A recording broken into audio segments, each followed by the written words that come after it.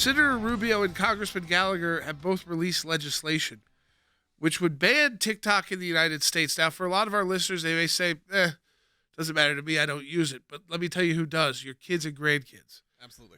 Who use it exclusively. It is owned by the Chinese. There was a deal made back when it was about to be shut down by the Trump administration to open up a U.S. subsidiary. What we've now learned is that still that U.S. subsidiary has to have a back end available to China, where the Chinese government can at any time they want access any information, including going right to your TikTok, tracking you, seeing what you like, don't like, putting information in for you. In China, this is used as a propaganda tool by the state. Mm-hmm. Here, it's more entertainment-based, but there's also been some politics at play. And so the big question is, one, will the U.S. government ban TikTok? And two, should Americans almost enforce their own ban by just deleting it? Yeah, I think that's probably right. There's bipartisan support actually for this, and that should be a wake up call to a lot of people. For me, I was on TikTok. I feel like important in our world that we deal with media that you're always on top of whatever trend is happening. So make sure you're on it. What you do learn very quickly is you start getting fed content that even if something shocks you for a half a second, all of a sudden you're getting that being served to you immediately, and it's can be pretty graphic. And it is what it is. Like you said, it's definitely skews younger. The main difference, and it was sort of the wake-up call to me in all of this, obviously you had people like Rick Renell saying delete it off your phone, deactivate your account, of which I did. After, honestly thought, and I enjoy a lot of the entertainment aspect that comes from it. I found a lot of great entertainers through TikTok. But when it came down to the fact that in TikTok, or in China, TikTok is for children, it's limited, a very limited amount of hours you can spend on it. I think it's like maybe less than an hour and a half, something like that. And the content that they serve to their own people is all education-based.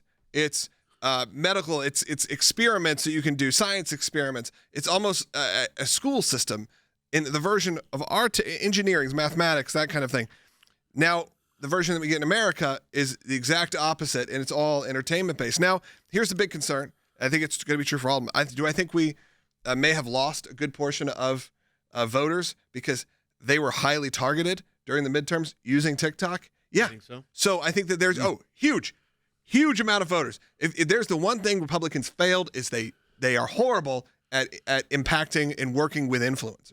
Terrible at it. You look at explain what an influencer is. Social media influencer, someone who actually is on there talking to younger people, has a large following. I'm sorry, larger following than all of your Fox News hosts combined to a lot of these people. So if you don't activate those people, and guess who did activate them? The Democrats. Guess who was hanging around the White House? And they're being made fun of. The influencers. They were being made fun of by the conservatives, and not that their content wasn't worthy of being made fun of, but it worked.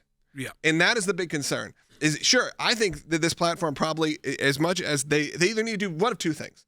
Either it needs to be banned, or the American subsidiary needs to have an aggressive amount of rules put upon them. And it needs to be shown. Look, they did it to Parler. They've done it to Rumble. They've done it to YouTube. They've done it to Truth Social. There are regulations in terms of these social media platforms that the app providers have.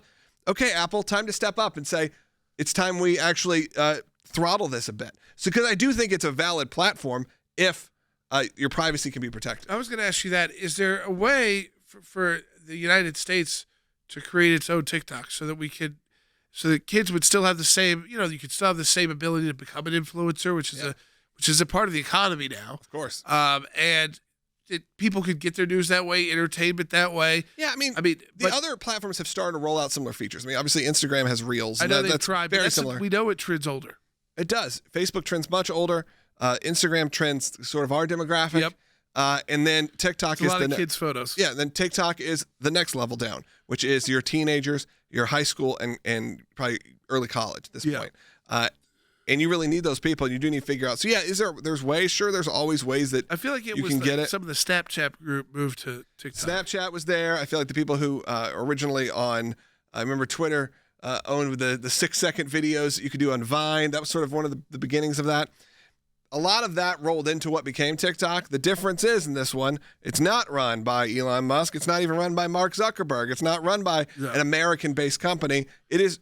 I don't think we can ask anyone who owns TikTok, and I don't know if anyone in our control room, anyone would know the name of the person. At least we know the name of the person who runs Facebook. You know the name of the person that now owns Twitter, and we did before as well. You knew who was controlling, knowing that there are some deep political actions. Owner is a member of the CCP, right? And there's deep political actions happening inside of it. So yeah, I think it's important right now.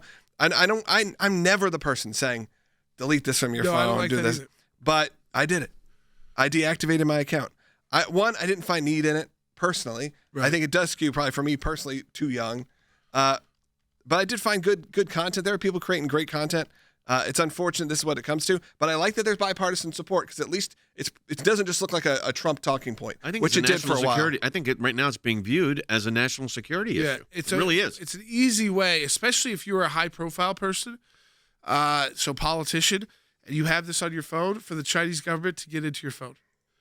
I mean, that's pretty. I mean, think about that for a moment. I mean, and then they have all your data. You're basically giving them full access to your phone. When you go through even the terms of agreements that you're signing on to, because that's how they target. How do you think these apps know what kind of music you like, and what kind of clothes you might buy, and what kind of what and band, how they make money. what team you like? Yeah. Some of that's based off what you like, true, but not all of it.